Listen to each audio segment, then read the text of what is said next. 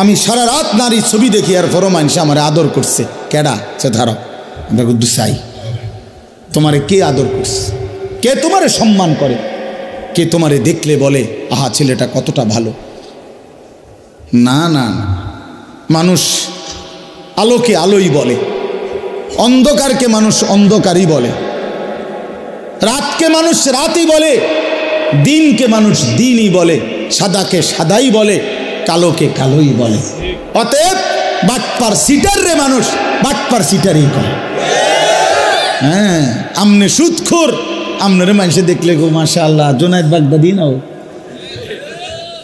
হ্যাঁ বাইজিদ বুস্তামি স্বাস্থ্য পাই না যায় ওরা মানুষে ব্যাককল হ্যাঁ মানুষে চিরা খায় আমনে হুদা ভাত খায় মানুষে বাটপার রে বাটপার হিসাবে সিটার রে সিটার হিসাবে মানুষ ইমানদারকে ইমানদার হিসাবে মানুষের চোখ ভুল হয় না রমজান মানে ভিন্ন মাস রমজান মানে আলাদা মাস রমজান মানে আখিরাতের মাস রমজান মাসে প্রস্তুতির মাস রমজান মানে মেহনতের মাস রমজান মানে আল্লাহর মাঝে নিজেকে হারিয়ে ফেলার মাস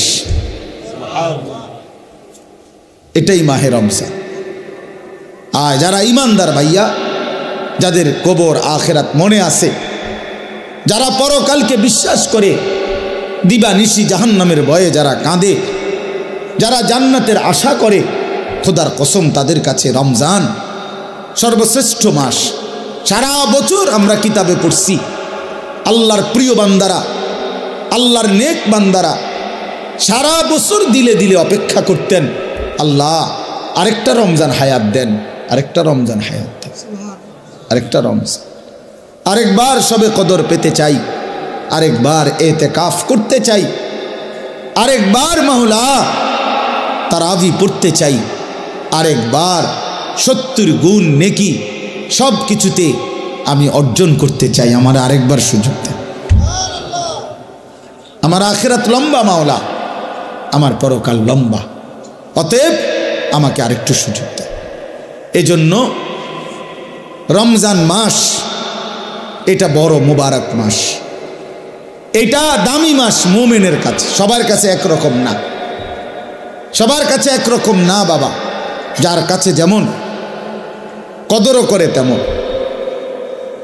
আমার একজন উস্তাদ আছেন হযরত মাওলানা মুফতি মুস্তফা মাহমুদি কুমিল্লা বাগমারা লালমাই এলাকার অনেক বড় আল্লাহওয়ালা হুজুর আমার উস্তাদ এই হুজুরে আমরা ছাত্র জীবনে দেখতাম হুজুরে কইতো আল্লাহ কেমন যার মনে যেমন যার মনে যার মনে যেমন যে দিলে দিলে যেমন ভাবে আল্লাহ তাআলা তার আচরণও তার সাথে করে এমন আনা ইনদা যন্নি আবদি বি আল্লাহ নিজে বলেন হাদিসে কুদসিতে আমি আমার বান্দার ধারণা অনুপাতেই তার সাথে আচরণ করি আমার বান্দা আগেই কয় আগেই বলে না সুদে না লইলে কিস্তি না লইলে আমার বান্দা নিজেই বলে না কেমনে সংসার চলবো আল্লাহ বলে আমিও তারে এমনই বানায় রাখি কারণ তুই তো আমার উপরে কোনো আস্থাই রাখো নাই তুমি আস্থা রাখছো সুদের উপরে কিস্তির উপরে তো তুমি যেমন আমার আচরণও তেমন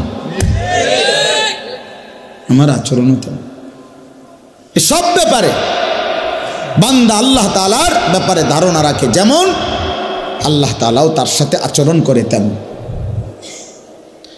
তো এই জন্য বললাম মাহে রমজান আমাদের জীবনের সর্বশ্রেষ্ঠ মুমিনের কাছে গুরুত্বপূর্ণ মাস ইমানদারের হৃদয় এটা ইমানদারের কলজা এটা ইমানদারের অপেক্ষা এটা আমাদের প্রিয় নবী সাল্লাল্লাহু আলাইহি ওয়াসাল্লাম একটানা 2 মাস লাগাতার আল্লাহর কাছে রমজান ভিক্ষা চাইতেন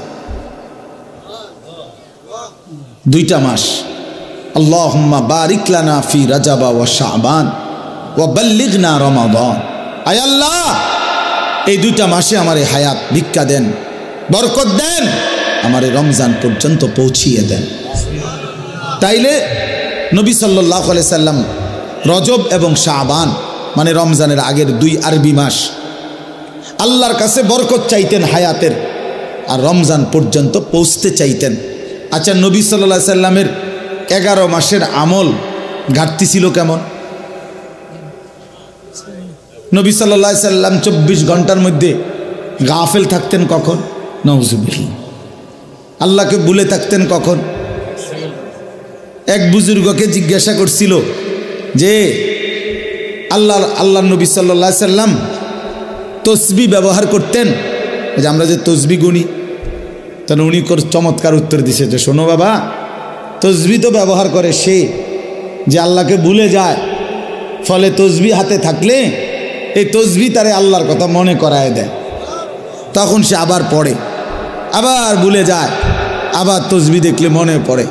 তো তসবিহ তো মনে করায় দেয় আল্লাহর কথা, তো যে ভুলে যায় তাকে না মনে করাবে? তো নবী সাল্লাল্লাহু আলাইহি সাল্লাম তসবিহ পড়তেন কিনা, ব্যবহার করতেন কিনা তুমি জানতে চাইছো, আগে তো তুমি বলো নবী সাল্লাল্লাহু আলাইহি সাল্লাম আল্লাহকে ভুলতেন কখন? তিনি আল্লাহকে ভুলতেন কখন? তিনি তো কখনোই ভুলতেন না।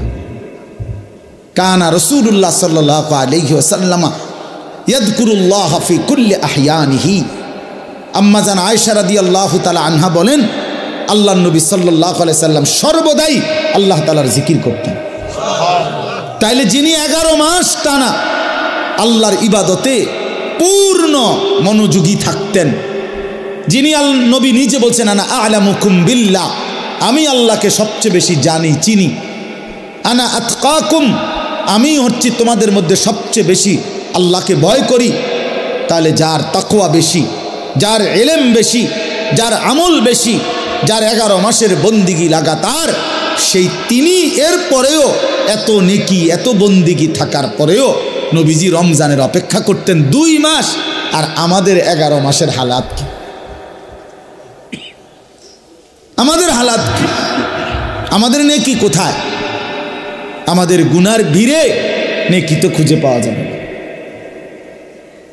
নেকি তো খুঁজে পাওয়া যাবে না। আমাদের তো গুনায় গুনাহ, গুনাই গুনাহ, গুনাই গুনাহ, উঠতে বসতে চলতে ফিরতে নাফরমানি আমাদের বেশি। অতএব আমাদের জন্য এর চাইতে বেশি রমজানের অপেক্ষা করা উচিত, কারণ রমজান আমার গুনাহ ধুয়ে মুছে সাফ করে দিবে, রমজান আমার নেকির পাহাড় জমায়ে দিবে। এই জন্য দয়া করে আমরা প্রত্যেকে ইনশাআল্লাহ, এই প্রথম কথা আমার, রমজানের জন্য দিল থেকে দোয়া করবেন, বলেন ইনশাআল্লাহ। এইটা হলো 1 নাম্বার কথা, 1 নাম্বার ডিউটি। এখন থেকে আর বাকি কয়টা দিন প্রত্যেক দিন আল্লাহর কাছে বলেন, আল্লাহ আর কয়টা দিন হায়াত ভিক্ষা দেন, আর কয়টা দিন হায়াত দেন, রমজান না দেখাই আমারে কবরে নিয়েন না মাওলা। আমি রহমত মাগফিরাত নাজাত পেতে চাই, আমি 70 নেকি পেতে চাই, আমি সবে কদর পেতে চাই, আমি ইতিকাফ পেতে চাই, আমি রমজানের রহমত মাগফিরাত নাজাত পেতে চাই। আমারে এত কাছে আইনা 17-18 দিন সামনে রাইখা আমারে কবরে নিয়েন না মাওলা। এটা আমাদের প্রথম দোয়া। 2 নাম্বার কথা হলো, আল্লাহ পাক রব্বুল আলামিন রমজানের গুরুত্ব বলতে গিয়ে এইখানে ডাইরেক্ট সরাসরি আল্লাহ নিজে বলছেন। এই আয়াতটা সূরা বাকারার 185 নম্বর আয়াত অংশ বিশেষ। আল্লাহ তাআলা বলেন শাহরু রমাদান, এই যে রমজান মাস, শাহরু অর্থ মাস, রমাদান মানে রমজান। তো রমজান মাস, এই কথাটা আল্লাহ পাক এই মাসটার এতটা দাম যে আল্লাহ নিজেই এই মাসের নাম উল্লেখ করেছেন। এই কোরআনুল কারিমে আরবি 12 মাসের মধ্যে আর কোনো মাসের নাম কোরআনে নাই, শুধু এইটাই আছে। মহররম, সফর, রবিউল আউয়াল, রবিউল সানি, আরও মাস আছে না আরবি, এগুলোর নাম নাই, শুধু এই রমজান মাসের নামই আল্লাহ উল্লেখ করছে, শাহরু রমাদান, রমজান মাস। অতএব যেটা আল্লাহ উচ্চারণ করছেন সেটা দামি, দামি কি না বলেন? 2, আমাদের নবীজির জবানে রমজান শব্দ উচ্চারণ হয়েছে কিনা? হয়েছে। নবীজি বারবার বলছেন ইজা দাখালা রমাদান, যখন রমজান আসে, ফুতিহাত আবওয়াবুর রাহমা আবওয়াবুল জান্নাহ, রহমতের সব দুয়ার আল্লাহ খুলে দেয়, জান্নাতের সব দুয়ার আল্লাহ খুলে দেয়। ওয়াগুল্লিকাত আবওয়াবুন নার, জাহান্নামের দরজা বন্ধ করে দেয়। অসুলসিলাতিশ শায়াতিন, শয়তানগুলোকে শেকলে বন্দি করে দেয়। এটা মজার বিষয় হইল, মনে করেন এদিক দিয়া ওই পাশ থেকে কোনো খান দিয়া বাইর হইবার কোনো ব্যবস্থা নাই, রাস্তা কেবল একটাই, আপনাকে এদিক দিয়ে বাইরে হইব, ঢুকবেন কেবল এটাই, এদিক দিয়েই ঢুকতে হবে। তো আল্লাহ যেন রমজান মাসে জাহান্নামের সব দরজা বন্ধ করে দেয়, শয়তানগুলোকে শেকলে বন্দি করে ফেলে। এবার আল্লাহ যেন বলে, বান্দা এটা রমজান, যেদিক দিয়েই আমল শুরু করবা, যে এলাকার থেকে আমল শুরু করবা, মানে আমার জান্নাতের দিকে হাঁটা শুরু করবা, তো কোনোখানে বাঁচবে না, কোনোখানে ভুল হবে না, পথ হারাইবা না, রাস্তা ভুল হবে না, অন্য কোনো দরজা দিয়ে ঢুকার সম্ভাবনা নাই। শুধু খোলা যেই দরজা, এটা শুধুই জান্নাতেরই দরজা, ঢুকলে শুধু জান্নাতেই ঢুকবে, ঢুকলে শুধু জান্নাতেই ঢুকবে। হ্যাঁ, কারণ খোলাই তো কেবল কিসের দরজা? জান্নাতের, জান্নাতের দরজা। এজন্য রমজানে যদি কেউ ইবাদতে লাগে, বন্দিগিতে লেগে যায়, আল্লাহর হুকুম পালন, তো আল্লাহ তাআলা বলেন মাস শেষে শুধু কেবল জান্নাতেই ঢুকবা, জান্নাতেই ঢুকবা, জান্নাতেই ঢুকবা, জান্নাতেই ঢুকবা। তাহলে নবী সাল্লাল্লাহু আলাইহি ওয়াসাল্লাম রমজান মাসের নাম রমজান উল্লেখ করছেন। মান কামা রমাদান, মান সামা রমাদান, এই রমজান শব্দটি আল্লাহ নবী বারবার উল্লেখ করছেন, বারবার উল্লেখ করেছেন। তাহলে যেই নাম আল্লাহ উল্লেখ করছেন, যেই নাম নবীজি উল্লেখ করছেন, তাহলে এটা নিঃসন্দেহে দামি কিনা বলেন? অতএব রমজান মাস আল্লাহর কাছে যেহেতু প্রিয়, রমজান মাস নবীর কাছে যেহেতু প্রিয়, আমি মোমেনের কাছেও রমজান প্রিয়। যা আমার আল্লাহর প্রিয় তা আমারও প্রিয়, যা আমার নবীর প্রিয় তা আমারও কি প্রিয়। এটা হলো এক। এবার আল্লাহ তাআলা রমজানের বৈশিষ্ট্য বলতেছে, আল্লাযী উনজিলা ফীহিল কোরআন, রমজান এটা সেই মাস যেই মাসে আমি আমার শ্রেষ্ঠতম কালাম কোরআন নাজিল করেছি। তাহলে রমজান মাস সেই মাস যেই মাসে কোরআন নাজিল হয়েছে। তাহলে রমজান কোরআন, রমজান কোরআন, এটা একদম কাগজের এই পিঠো পিঠ, এই পিঠে যদি লেখা থাকে রমজান, ওই পিঠে দেখা যাবে লেখা আছে কোরআন। কোরআন, রমজান আর কোরআন, অর্থাৎ রমজান মানে কোরআনের মাস, কোরআনের মাস।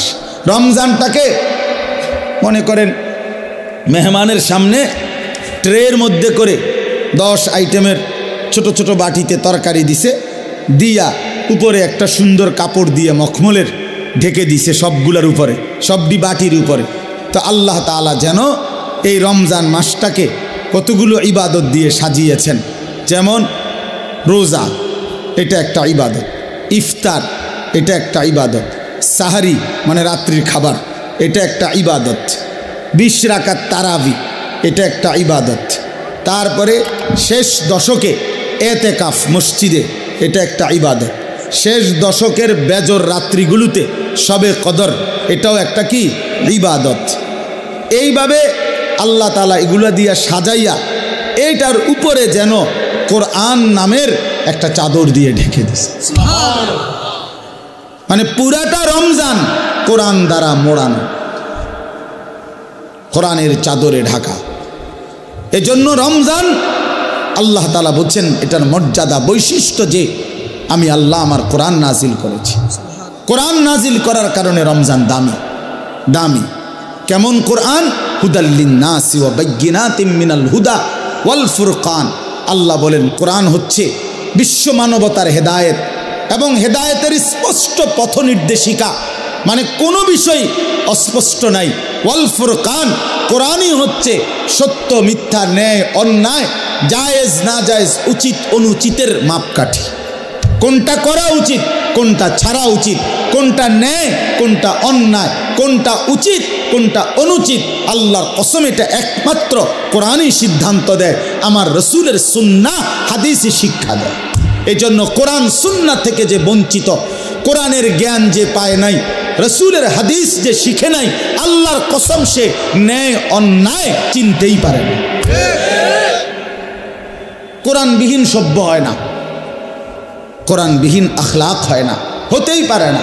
পৃথিবীর আর কোনো বই দিয়া হবে না, হালাল হারাম বুঝবে না, পড়ে তো উচ্চ শিক্ষিত, কথা তো বলে শুদ্ধ, রেজাল্টও খুব ভালো, শব্দ উচ্চারণ চমৎকার, কিন্তু আজকে 5 বছর একটা মেয়ের সাথে সম্পর্ক, হাঁটে চলে মেয়ের সাথে, এটা যে হারাম এইটাও তার আন্দাজের মধ্যেই নাই। কারণ কোরআনের জ্ঞান না থাকার কারণে, কোরআন না থাকার কারণে হালাল হারামের পার্থক্য বুঝার অন্য কোনো জ্ঞান তার কাছে নাই। এই জন্য কোরআনই একমাত্র মানুষকে ন্যায় অন্যায় শিখায়। ওয়াল ফুরকান। আমরা চ্যালেঞ্জ করলাম, আমি চ্যালেঞ্জ করলাম, তোমরা ছেলেরা যারা স্কুলে পড়ো, কলেজে পড়ো, ইউনিভার্সিটিতে পড়ো, প্রিয় বন্ধু চলো সিদ্ধান্ত নিয়ে তুমি দেখাও যে কোরআনের মতো আরেকটি কিতাব বই আছে যেখানে সত্য মিথ্যা, আলো অন্ধকার, ন্যায় অন্যায়, হালাল হারাম শিখায়। আমার জীবনের করণীয় কি, বর্জনীয় কি, আমার জীবনের উচিত কি, অনুচিত কি, আমি কি করা উচিত, আমি কি বর্জন করা উচিত, এটা শিখায় এমন কোনো বই আল্লাহর জমিনে নাই কোরআনবিহীন, হাদিসবিহীন, নবীর তরিকাবিহীন নাই। এটা নাই হইতে পারে না। আমরা পড়ছি জেনারেল লাইন, আমি তো কুমিল্লা ভিক্টোরিয়া কলেজ থেকে মাস্টার্স পাস করছি, জেনারেল লাইনের পুরা পড়ালেখা করছি, সায়েন্স বিজ্ঞান বিভাগ থেকে তো এসএসসি পাস করছি, বিজ্ঞান পড়ছি আমি। অতএব বলো ভাইয়া, ভালো রেজাল্ট করছি আলহামদুলিল্লাহ, সব রেজাল্ট ভালো। তাহলে এই জন্য বললাম আল্লাহর কোরআন থেকে বঞ্চিত এই রমজানের সামনে আলোচনায় এটা আল্লাহর জন্য উল্লেখ করছে, বান্দা সর্বশ্রেষ্ঠ মাসে সর্বশ্রেষ্ঠ কিতাব কোরআন আমি নাজিল করেছি। তাইলে মানুষ হলো সর্বশ্রেষ্ঠ আল্লাহর সৃষ্টি, কোরআন হলো সর্বশ্রেষ্ঠ কিতাব, রমজান হলো সর্বশ্রেষ্ঠ মাস। অতএব সর্বশ্রেষ্ঠ যেই মানুষটা আল্লাহর কোরআন থেকে বঞ্চিত, খোদার কসম, সুম্মা রাদাদনাহু আসফালা সাফিলিন, আল্লাহ বলে এবার আমাকে ছেড়ে দিলা, কোরআন ছেড়ে দিলা, তো আমি তোমাকে একেবারে নিকৃষ্ট থেকে নিকৃষ্ট স্থানে তোমারে পৌঁছায় না, নিকৃষ্ট থেকে নিকৃষ্ট স্থানে। এই জন্য দয়া করে আজকে আমি এই একটা কথাই শেষে বলতে চাই, অনেক কিছু বলা দরকার, কিন্তু একটা প্রসঙ্গ শুধু বলতে চাই যে রমজান আমাদের সামনে। একে তো রমজানকে কদর করা উচিত, রমজানে ইবাদত আখিরাতের প্রস্তুতি নেওয়া। আর বিশেষভাবে অনুরোধ করছি আপনাদের কাছে, ছেলেদের বাবাদের, যে আল্লাহর কোরআন যাদের অশুদ্ধ, কোরআন শরীফ যারা পড়তে পারেন না, কোরআন শরীফের জ্ঞানের সাথে যাদের কোনো সম্পর্কই নাই, আপনারা আরেকবার ঘুরে দাঁড়ান, আরেকবার ঘুরে দাঁড়ান। কোরআনের মাসে কোরআনকে ইজ্জত করেন, তাহলে আল্লাহ বরকত দিবে। যার কোরআন, আপনার বয়স 90 বছর হোক আর 9 বছর হোক, ছেলেরা বাবা তোমরাও, পর্দার আড়ালের মা বোনরাও, বয়স্ক বাবারাও, আমরা প্রত্যেকেই রমজান আমাদের সামনে, সবাই সবার সুবিধা মতো ইমাম সাহেবের কাছে, কোনো আলেম দ্বীনের কাছে, কারো না কারো কাছে আল্লাহর কোরআন শিখেন, কোরআন শরীফ সহি শুদ্ধ করেন। এটা উচিত, এটা ইনসাফ বাবা, এটা ইনসাফ। কোরআনের জ্ঞান যার মধ্যে নাই, 60 বছর 30 বছরে যে আল্লাহর কোরআন দেখে দেখেও পড়তে পারে না, আহা বন্ধু, তার আফসোস ছাড়া জীবনটা আর কিছুই হইতে পারে না, কিছুই হইতে পারে না। ওই মানুষটা নিয়ে আসেন, চেয়ার দেন, চেয়ার, ওই চেয়ারটা দেব না, বসে। আলহামদুলিল্লাহ। তাইলে আল্লাহ তাআলা বলছেন হুদাল্লিন নাস, কোরআন মানুষের হেদায়েত, ওয়া বাইয়িনাতিম মিনাল হুদা, হেদায়েতের স্পষ্ট বাণী, ওয়াল ফুরকান, সত্য মিথ্যা, ন্যায় অন্যায়, হালাল হারামের পার্থক্যকারী। অতএব বন্ধু, আল্লাহর কোরআন বিহীন আলো মেলে না। আপনাদের বাবাদেরকে বলি, আপনারা যারা কোরআন থেকে সন্তানকে বঞ্চিত করছেন, তারা আপনাদের সন্তানকে আপনারা ক্ষতিগ্রস্তই করেছেন, আলো থেকে বঞ্চিত করছেন, আলো থেকে বঞ্চিত করছেন। বাকি পড়ালেখাগুলো ভালো, বাদ দিতে বলি নাই, কিন্তু এগুলো না হইলেও ভাত মিলত, এগুলো না হলেও ভাত মিলত। দুনিয়া এমনিই মিলে যায়। কত মূর্খ বকলম, নাম দস্তখত করতে জানে না, টিপসই দেয়, টিপসই। এমন মানুষ হাজার হাজার কোটি কোটি টাকার মালিক এমন নাই? তো তে আনলো কোত্থেকে? এই মূর্খে আনলো কোত্থেকে টাকা? এগুলা হেতেও তো দুনিয়া বুক করে। কথা বলেন, তার কি নাই? বাড়ি, গাড়ি, নারী, ক্ষমতা, প্রভাব, প্রতিপত্তি সবই তো আছে। তাহলে দুনিয়া এমনিই ভোগ করা যায়। যে বুবা, দেখেন যে বুবা মানুষ, বুবা বাস্তবিক অর্থেই বুবা, সেও তো দুনিয়া ভোগ করে না? সেও তো ভাত খায়, মাছ খায়, পেশাব করে, ঘুমায়, তারও তো বাচ্চা কাচ্চা হয়, হেতেও তো বিয়া করে। তাহলে দুনিয়া তো বুবায়ও ভোগ করে। তাহলে বোঝা গেল আল্লাহর কোরআন যেই জবান পড়তে পারে না, বাকি কথা এগুলো না কইলেও সে দুনিয়া ভোগ করতে পারত, দুনিয়া ভোগ করতে পারত। এই জন্য বন্ধু, দুনিয়া তো বেঈমানও ভোগ করে, দুনিয়া তো মূর্খও ভোগ করে, দুনিয়া তো বুবাও ভোগ করে, দুনিয়া তো জন্তু জানোয়ারও ভোগ করে, কিন্তু আখিরাত অনন্তকালের পরকাল, খোদার কসম, কোরআন ছাড়া, নামাজ ছাড়া, সেজদা ছাড়া, আল্লাহর হুকুম মানা ছাড়া আখিরাতার পরকালে চোখটা বন্ধ হলে কবর থেকে নিয়ে অনন্তকাল আর কোনোদিন কোনো নাফরমান বেঈমান পাপী এক ঢোক আর পানিও মিলবে না, এক লোকমা খাবারও মিলবে না। হ্যাঁ, দুনিয়া তো আজ এমনি মিলছে, ইমান না থাকলেও তো দুনিয়া মিলে। কাফের বেঈমানও তো দুনিয়া ভোগ করে মিয়া। অতএব এই আমার শেষ কথা, দয়া করে এটা ভাবতে শিখেন। আমার পরম শ্রদ্ধেয় হজরত মাওলানা মুফতি দিন মোহাম্মদ আশরাফ সাহেব দামাত বারাকাতুহুমুল আলিয়া, তিনি এসেছেন, কথা বলবেন। মনোযোগ সৃষ্টি হয়, অনুভূতি জাগে, বিবেক জাগে, আস্তে আস্তে নিজের পরিবর্তন নসিব হয়। কিন্তু আমি যদি আমার খামখেয়ালির উপরেই থাকি, তাহলে পরিবর্তন হবে কিভাবে? আমি যদি আমার অবহেলা, অমনোযোগিতার মধ্যেই থাকি, তাই তো হবে না। একটা জগ, বালতি, গ্লাস, এটা যদি উল্টা করে রাখে, তো এইবার এটার উপরে আটলান্টিক মহাসাগরের সবগুলো পানি দিলেও তো এটা পুড়বে না, কারণ এটা তো উল্টো। আল্লাহ নবী সাল্লাল্লাহু আলাইহি ওয়াসাল্লাম বলছেন, এটা হাদিসের মধ্যে আছে, কিছু মানুষের দিল কালকুজে মিরবাদান, উল্টা গ্লাসের মতো, উল্টা জগের মতো, যে যার দিল উল্টে গেছে, যার কলিজা উল্টে গেছে, ফলে আর এর মধ্যে কোনো কথাই আসর করে না। আল্লাহর কথা, কোরআনের কথা, নবী সাল্লাল্লাহু আলাইহি ওয়াসাল্লামের কথা কোনো প্রভাব ফেলে না, কোনো অনুভূতিই জাগে না। কারণ আসলে জাগবে কোথায়? দিল তো উল্টে গেছে।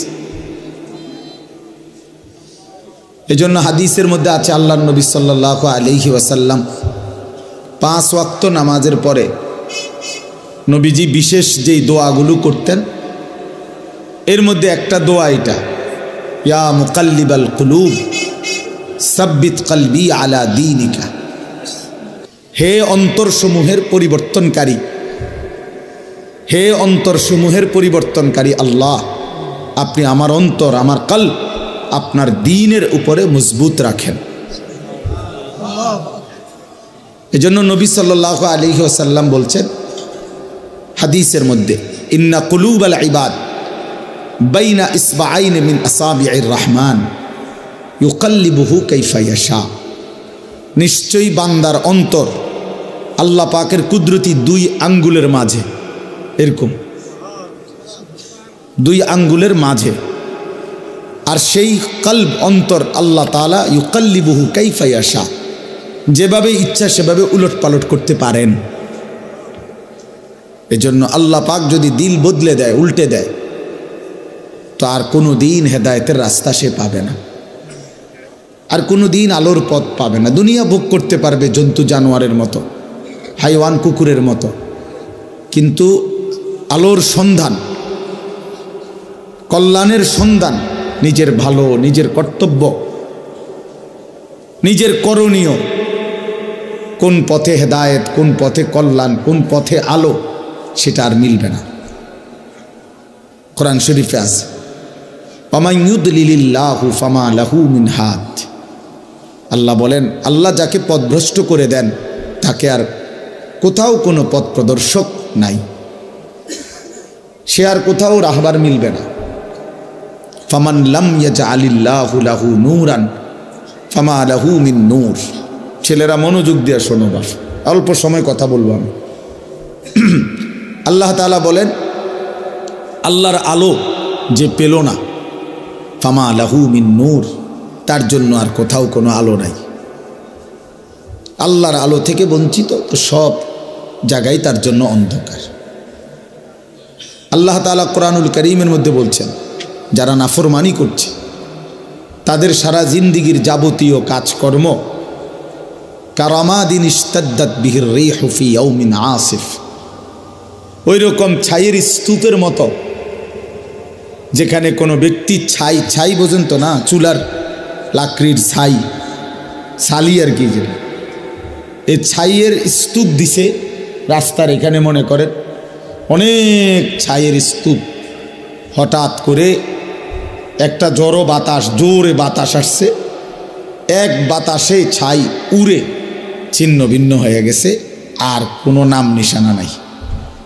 আল্লাহ নবী সাল্লাল্লাহু আলাইহি সাল্লাম বলেন, নাফরমান বেঈমান পাপীর যাবতীয় আমল কর্মকাণ্ড সব কিছু এরকম স্তূপকৃত ছাইয়ের মতো, যেটা একটা বাতাস এসে এক নিমিষে উড়ায় দিছে,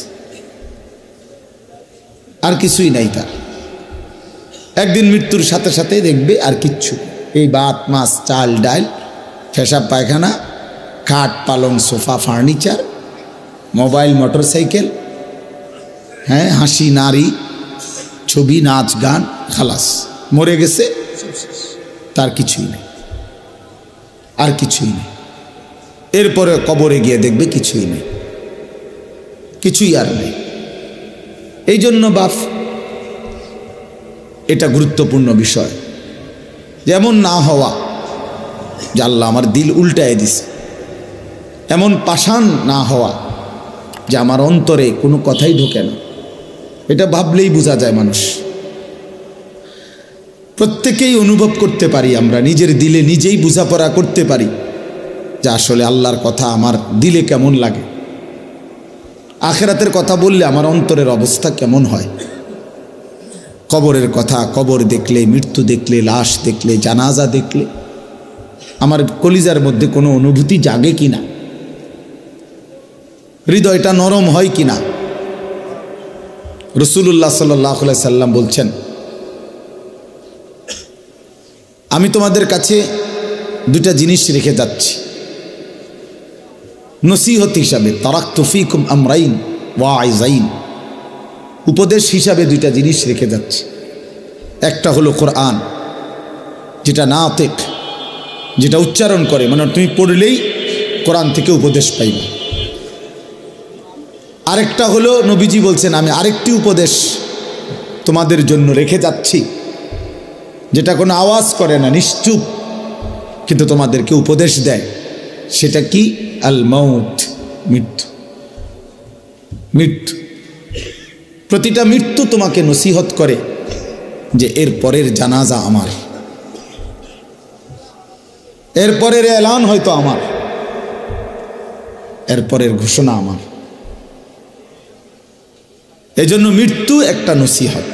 কাফা বিল মাউতে ওয়াইজান, নবী সাল্লাল্লাহু আলাইহি সাল্লাম বলেন, ওয়াজ নসিহতের জন্য, উপদেশ জন্য মৃত্যুর স্মরণ এটাই যথেষ্ট। মৌতের কথা কিছুক্ষণ ভাবা, কোনো লাশ, কোনো জানাজা, কোনো কবরস্থানে দাঁড়িয়ে একটু ফিকির করা, এটাই যথেষ্ট ওয়াজ হিসাবে। এটাই বড় ওয়াজ, এটাই বড় নসিহত, এটাই বড় উপদেশ। এজন্য হযরত ওমর রাদিয়াল্লাহু তাআলা আনহু 10.5 বছর মুসলমানদের খলিফা ছিলেন, বাদশাহ ছিলেন। উনি একজন লোক, এই ছেলে, ঘটনা কি দোস্ত, বেটকাও কেন?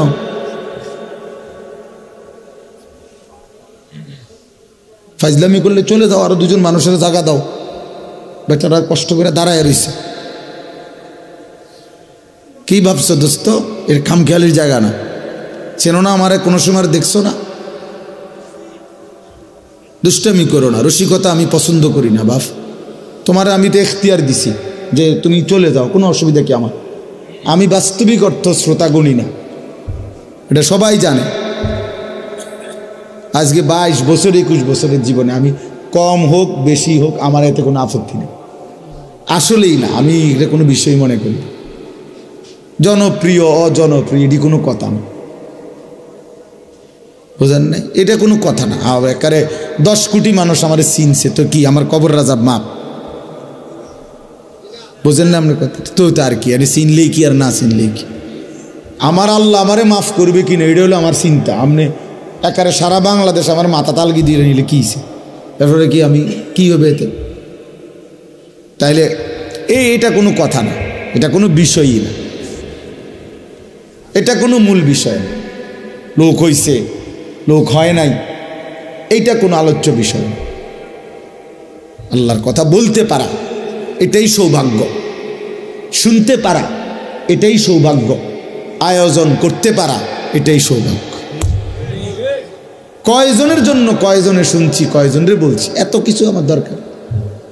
আল্লাহর কথা বলতে থাকা, যেখানে সুযোগ হয়, যতক্ষণ সুযোগ হয়, উপরে নিচে এখানে সেখানে দুয়ারে দুয়ারে বলতে থাকা।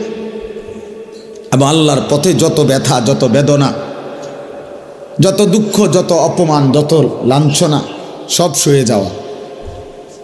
कभी आरश पर कभी फरश पर, कभी उनके दर कभी दर बदर, गमे आशिकी तेरा शुक्रिया, मैं कहाँ कहाँ से गुजर गया।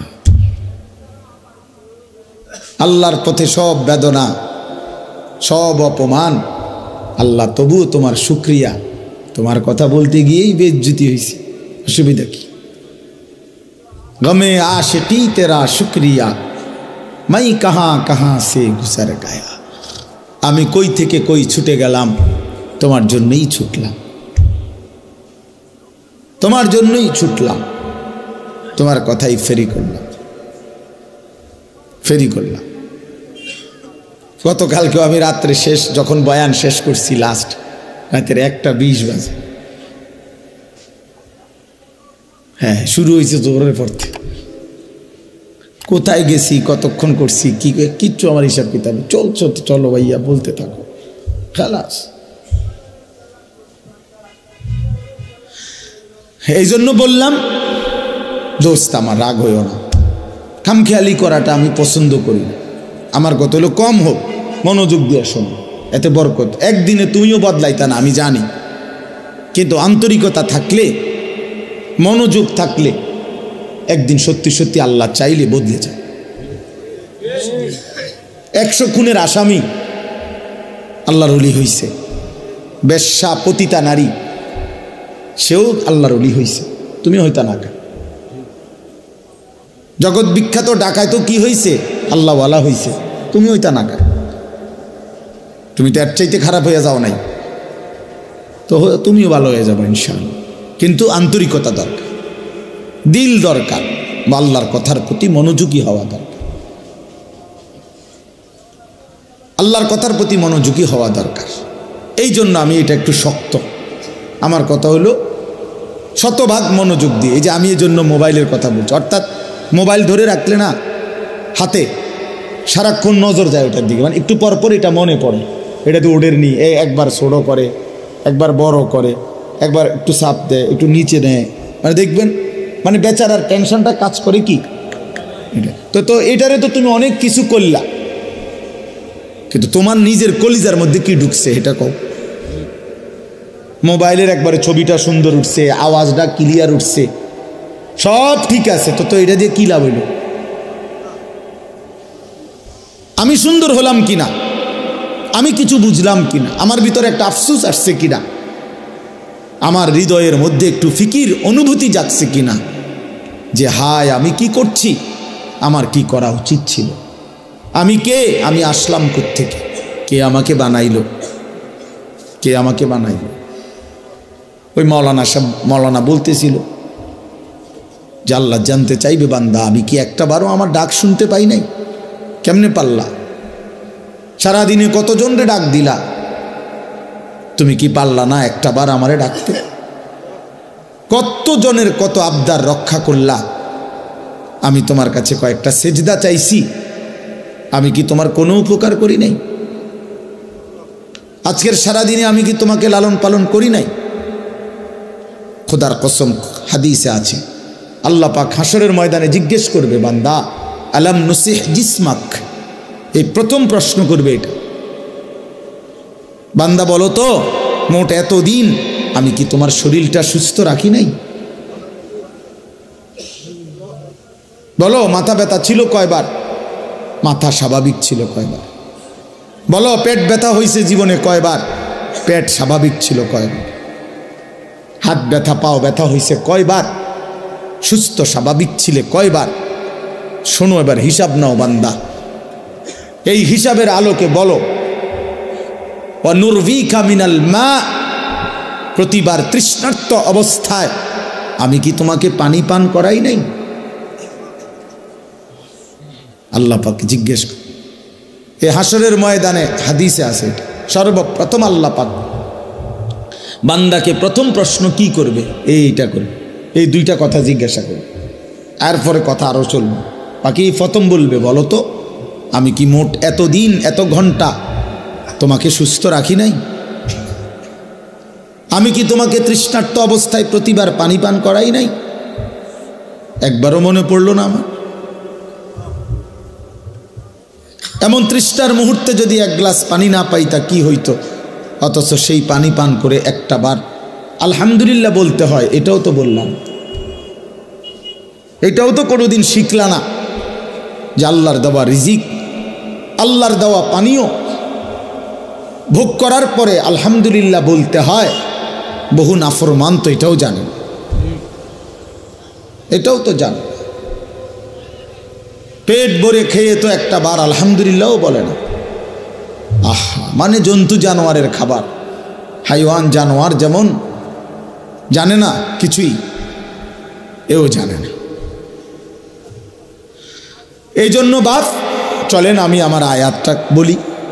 তাহলে আমার বলার উদ্দেশ্য হলো, আমরা এই কথা হৃদয় দিয়ে অনুভব করা,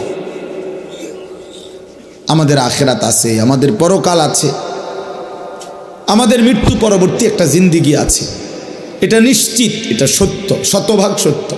কবর, হাসর, মিজান, ফুলসেরাত, জান্নাত, জাহান্নাম, এটা সত্য বাপ। যদি মিথ্যা হইতো 1450 বছরে গবেষণা কইরা বিভিন্ন দার্শনিক পণ্ডিতরা অনেক তথ্য বের করতো যে এই আলোকে এটা প্রমাণিত হলো যে এটা মিথ্যা। কিন্তু কোনো কাফের বেঈমানও আজ পর্যন্ত পরকালের কোনো বিষয়কে মিথ্যা প্রমাণিত করতে পারে নাই। কোরআনুল কারীমের একটি অক্ষরকে যেহেতু ভুল প্রমাণিত করতে পারে নাই, অতএব আখিরাত সত্য।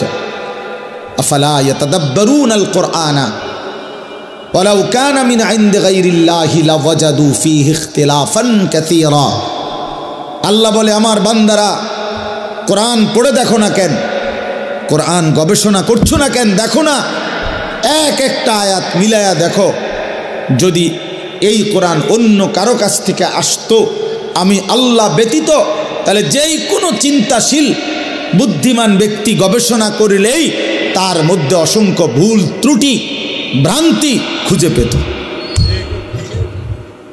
আল্লাহ ভিন্ন যেই লেখে, যেই বলে, তার কথা বক্তব্য লিখনির মধ্যে ভুল হয়ই হয়। 1 লক্ষ কথাও যদি সঠিক হয়, 10টা কথা ভুল হয়, ভুল হয়। আমরা একেবারে আমগো যেই কোনো ওয়াইজেরও আমনে যদি খেয়াল করে এখন আপনি হয়তো কইতে পারবেন যে হুজুর এই শব্দটা এমনি না করলে ভালো হইতো, এটা এমনি করলেও পারতো। কথা বুঝেন নাই আমার? আমি হয়তো বুঝছি এমনি কইছি, আপনার বিবেচনায় যে না এটা এমনি করলেও পারতো।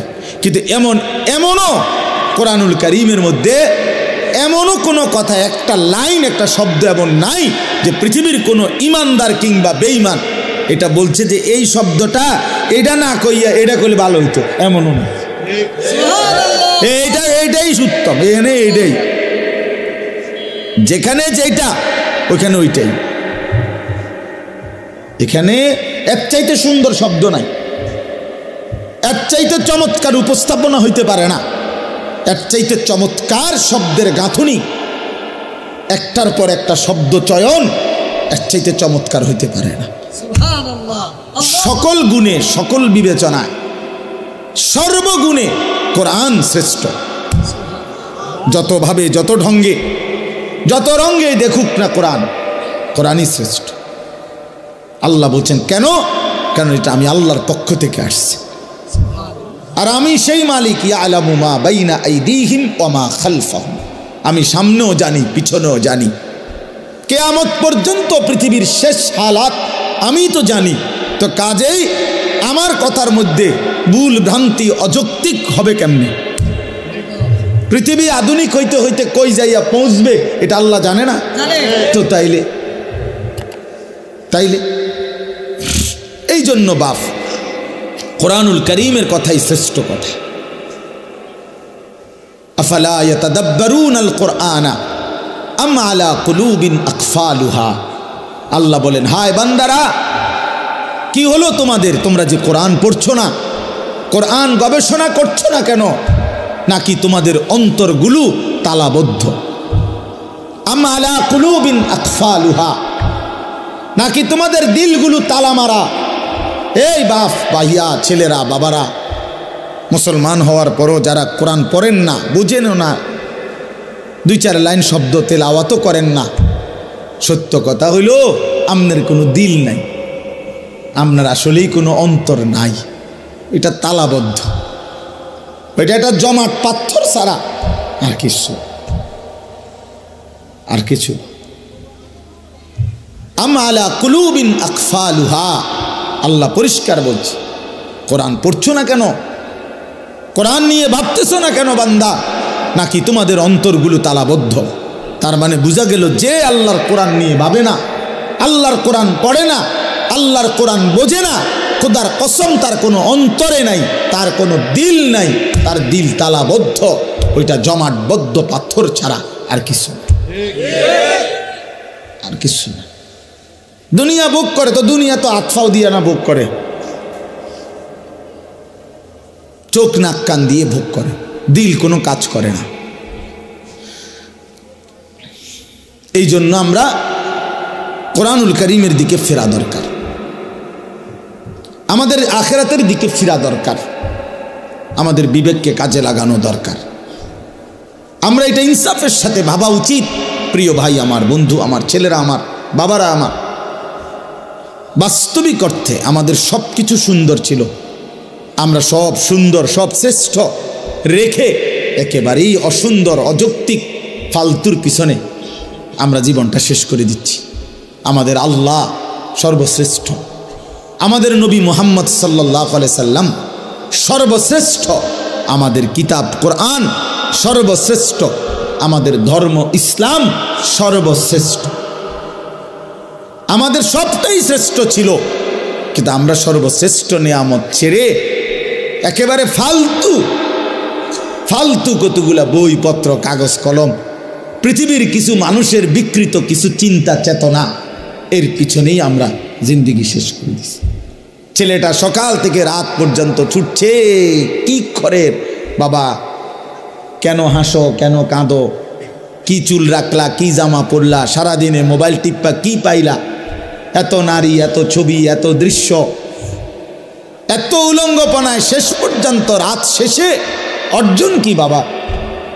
জিজ্ঞাসা করে দেখেন না, বলবে কোনো অর্জন না। শরীরটা নাপাক হয়েছে, নারী দেখতে দেখতে, ছবি দেখতে দেখতে, হ্যাঁ, লজ্জাস্থানের শক্তিটা নষ্ট হয়েছে, হাতটাকে নাপাক জায়গায় ব্যবহার করছে, কোমরের শক্তি কমে যাচ্ছে, যৌবনের সক্ষমতা নষ্ট হয়ে যাইতেছে, শরীরটা ধীরে ধীরে অচল, পঙ্গু, অপদার্থ হয়ে যাচ্ছে, আখিরাতটা জাহান্নামের আগুন জ্বলছে। এই অর্জন, চরিত্রহীনতার অর্জন কি? অশ্লীলতার অর্জন কি? অসভ্যতার অর্জন কি? তাহলে এই জন্য আমরা বললাম, আমাদের আল্লাহ, আমাদের কোরআন, আমাদের রাসূল, আমাদের ইসলাম আমাদের জন্য সর্বশ্রেষ্ঠ, আমাদের জন্য নিরাপদ, আমাদের জন্য আরামদায়ক, এবং এর মধ্যেই আমাদের সুখ, শান্তি, স্বস্তি, নিরাপত্তা, আনন্দ, সুখ সব এখানে, সব এখানে। আমি তো সব সময় বলি, বাপ তুমি সারা রাত নারী দেখে যে মজা পাও, আল্লাহর কসম এক ইমানদার তাহাজ্জুদ নামাজে একটা সেজদা দিয়ে তার চাইতে লক্ষ কোটি গুণ বেশি মজা পায়। যারা ইবাদত করে, যারা আল্লাহর বন্দিগি করে, তুমি মনে করো না তারা নিরানন্দ, তাদের কোনো আনন্দ নাই। এমনি সেটানি মানুষ আল্লাহর ইবাদত করে, অনের অসন্তুষ্টি নিয়ে আল্লাহর বন্দিগি করে। আমরা 5 ওয়াক্ত নামাজ পড়ি অসন্তুষ্টি নিয়ে, তো তাইলে নাফরমান ছেলে পেলে, বেহায়া নারী, হারাম খোর নাফরমান মনে করে তার হারামের মধ্যে তৃপ্তি। খোদার কসম হারামের মধ্যে অতৃপ্তি, হারামের মধ্যে অতৃপ্তি। হারামের মধ্যে মদে কখনো তৃপ্ত হয় না, পানিতে তৃষ্ণা মিটে যায়। নারী, ভিন নারী দেখলে কখনোই তৃপ্তি মিটে না, কিন্তু হালাল স্ত্রীতে তৃপ্তি হয়ে যায়। হ্যাঁ, এই জন্য গুনাহ তৃপ্তি দেয় না, হারাম তৃপ্তি দেয় না। আল্লাহ তাআলা যেটা হারাম করছেন সেটা তো বুঝে শুনেই করছেন। এটার মধ্যে যদি বান্দার কল্যাণই থাকতো, তিনি হারাম করলেন কেন? কথা বোঝেন নেই তো? কোরআনুল কারীমের মধ্যে আছে, আসা আন তুহিব্বু শাইআন ওয়া হুয়া শাররুল লাকুম। আল্লাহ বলছে, বান্দা মনে রেখো, এমন অনেক জিনিস আছে যেটা তোমার কাছে খুব প্রিয় মনে হয়, ওয়া হুয়া শাররুল লাকুম, অথচ আমি আল্লাহ বলতেছি এটা তোমার জন্য অকল্যাণ। তোমার কাছে মনে হয় আমি এক রাইতে 30 জন নারী দেখছি, আর আরেক বেড়া হুদা বউ লইয়া বইয়া রয়েছে। আমি তো সারা পৃথিবীর নর্তকী দেখলাম, উলঙ্গ ছবি দেখলাম, আমি না বেশি মজা পাইলাম না। আল্লাহ বলে, না বান্দা, তোমার কাছে যদিও মনে হয়েছে এটা ভালো, কিন্তু এর পিছনে শাররুন লাকুম, অকল্যাণ। এটা তোমার চরিত্র নষ্ট করে, এটা তোমার আখলাক নষ্ট করে, এটা তোমার শরীরের সক্ষমতা নষ্ট করে, এটা তোমারে মানুষের চোখে ঘৃণিত করে। কোনো লম্পটকে, কোনো চরিত্রহীনকে পৃথিবীর কেউ 2 পয়সার কোনো মূল্য দেয় না। রাস্তার কুকুর বিড়ালের সমান মর্যাদাও দেয় না বেটা। একটা ছেলে নয়তো চ্যালেঞ্জ করে বল বেটা, দাঁড়া এখন, বেনামাজি নাফরমান, তোরে কেউ সম্মান করছে জীবনে, কেউ ইজ্জত করে ভালোবাসছে, মহব্বত করে বুকে টেনে নিছে, বল তুই বেটা। তোর সামান্য কিছু দুশ্চরিত্র লম্পট ছাড়া তোরে কেউ ডাক দিছে বেটা, তুই কর, বল বেটা। যে হুজুর আমারে, আমি সারা রাত নারী ছবি দেখি আর পরও মানুষ আমার আদর করছে, কেডা? সে ধারো আমরা দুসাই, তোমারে কে আদর করছে? কে তোমারে সম্মান করে? কে তোমারে দেখলে বলে আহা ছেলেটা কতটা ভালো? না না, মানুষ আলোকে আলোই বলে, অন্ধকারকে মানুষ অন্ধকারই বলে, রাতকে মানুষ রাতই বলে, দিনকে মানুষ দিনই বলে, সাদাকে সাদাই বলে, কালোকে কালোই বলে। অতএব বাটপার সিটার রে মানুষ বাটপার সিটারই কয়। হ্যাঁ, আমনে সুদখোর, আমনের মানুষে দেখলে গো মাশাআল্লাহ জোনায়েদ বাগদাদি নাও, হ্যাঁ বাইজিদ বুস্তামি স্বাস্থ্য পাই না যায় ওরা, মানুষে ব্যাককল, মানুষে চিরা খায়, আমনে হুদা ভাত খায়। মানুষে বাটফার রে বাটফার হিসাবে সিটার রে সিটার হিসাবে মানুষ, ইমানদারকে ইমানদার হিসাবে। মানুষের চোখ ভুল হয় না।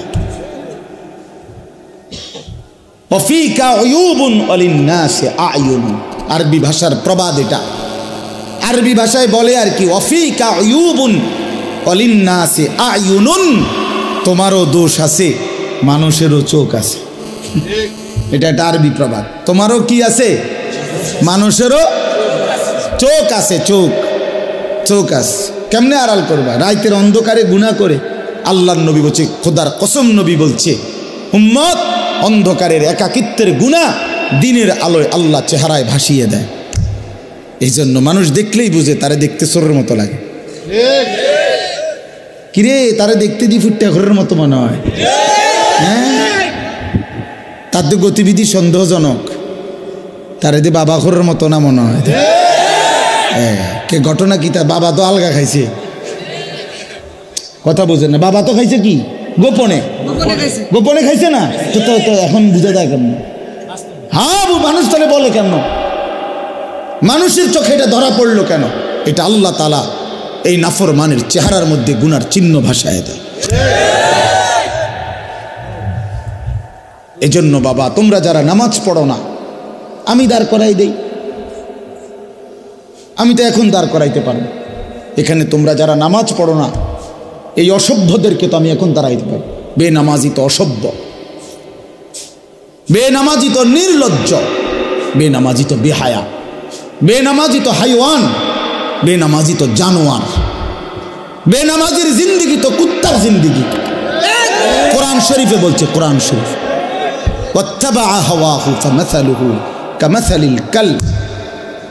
আল্লাহ বলছে মনের ইচ্ছা মতো যে চলে তার উদাহরণ কুত্তার মতো। কোরআন শরীফের আয়াত। হ্যাঁ হ্যাঁ, মনে রাখো বাবা, যার কপালে সেজদা নাই তোমার জীবন কুত্তার জীবন, কুত্তার জিন্দিগি, কুত্তার জিন্দিগি। এই জীবন কুকুরের জীবন, এই ঘুম কুত্তার ঘুম, এই খানা কুকুরের খানা, এই ভোগ কুকুরের ভোগ। কুকুর যেমন লজ্জা শরম নাই, যত্র তত্র তার জেনা ব্যভিচার করে, তোমারও কোনো লজ্জা শরম নাই। যাকেই দেখো তাকেই দেখতে মন চায়। এ জীবন কুকুরের জীবন। কোরআন শরীফ আল্লাহ বলছে ফামাসালুহু কামাসালিল কালব। কালব অর্থ কি? কুকুর। কুকুর, কালবুন অর্থ কুকুর। আল্লাহ আমাদেরকে বুঝ দান করেন। আমি যে আয়াতটা পড়ছি, মাহে রমজান, আমাদের সামনে রমজান, আর মাত্র 18-19 দিন, 10 তারিখ আজকে চলে গেছে। তাহলে পহেলা মার্চ যদি রমজান হয় 18 দিন, 2 মার্চ যদি রমজান হয় 19 দিন। এই 18 থেকে 19 দিন আমাদের সামনে আর বাকি। মাহে রমজান, মাহে রমজান। এক মুমিনের যদি ফিকির করো, বাপ আমি এতগুলো কথা শক্ত বলছি, এতগুলো কথা কঠিন করে বলছি বাবা, এবার যদি আমরা ফিকির করি, না আসলেই আমি কেন জানোয়ার হব, আমি কুকুর হব কেন? আমি মুসলমান, আমার একটা আত্মমর্যাদা আছে বাবা, আমার একটা আত্মসম্মান আছে, আমার একজন আল্লাহ আছে, আমার একজন নবী আছে, আমার একটা মা আছে, আমার একজন বাবা আছে। আমি মারে কেন বেইজ্জতি করব? বাবারে কেন অপমান করব? আল্লাহকে কেন অবহেলা করব? এতটুকু যদি ভাবনা হয়, নিজেদের জীবন যদি ইমানের জীবন, মুসলমানের জীবন আমার মনে পড়ে, তো সেই জীবন গড়ে তোলার, সাজিয়ে তোলার সর্বশ্রেষ্ঠ মৌসুম, সিজন মাহে রমজান। আমার পরম শ্রদ্ধেয় হযরত মাওলানা মুফতি দ্বীন মোহাম্মদ আশরাফ সাহেব দামাত বারাকাতুহুমুল আলিয়া, তিনি এসেছেন, কথা বলবেন। আপনারা সবাই মনোযোগ দিয়ে বসেন।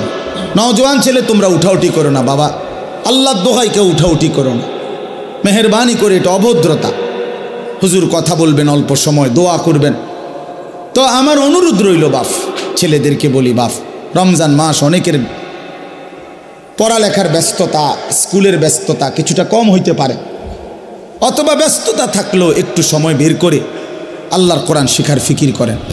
বয়স্ক বাবারা যারা আছেন, চা দোকানে আড্ডা না দিয়ে কোরআন শিখেন। মা বোনদেরকে বলেন আল্লাহর কোরআন শিখতে, তাইলে রমজানের কদর হবে, রমজানের সম্মান জানানো হবে। কোরআনের মাসে কোরআনকে আমি স্বাগত জানাইলাম। আল্লাহর নবী সাল্লাল্লাহু আলাইহি সাল্লাম বলছেন, শেষ কথা হলো, নবীজি বলছেন আল্লাযী ইয়াকরাউল কুরআনা ওয়া হুয়া মাহিরুন বিহি মা'আস সাফারাতিল কিরামিল বারারা।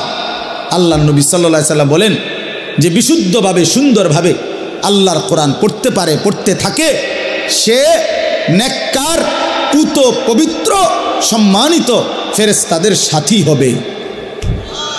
আর ওয়াল্লাযী ইয়াকরাউল কুরআনা ওয়া হুয়া ইয়াতাতা'তাউ ফীহি ফালাহু আজরান। নবীজি কি সুন্দর কথা বলছে। নবীজি বলছে, আর যারা কোরআন পড়তে গিয়ে ঠেকে, মানে ঠেকা ঠেকা পড়ে, কষ্ট হয় বেচারা, নতুন শিখছে, নতুন শিখতেছে, ঠেইকা ঠেইকা ভাঙ্গা ভাঙ্গা খুব কষ্ট করে পড়তেছে শিখতেছে। আল্লাহর নবী বলেন ফালাহু আজরান, আমি নবী বললাম আমার সেই বান্দা সেই উম্মতের জন্য প্রতি অক্ষরে অক্ষরে দ্বিগুণ দ্বিগুণ নেকি, ডাবল ডাবল নেকি দেওয়া হয়। এক তো কোরআন পড়লা, আরেক তো কষ্ট সত্ত্বেও কষ্ট করে উচ্চারণ করার চেষ্টা করল।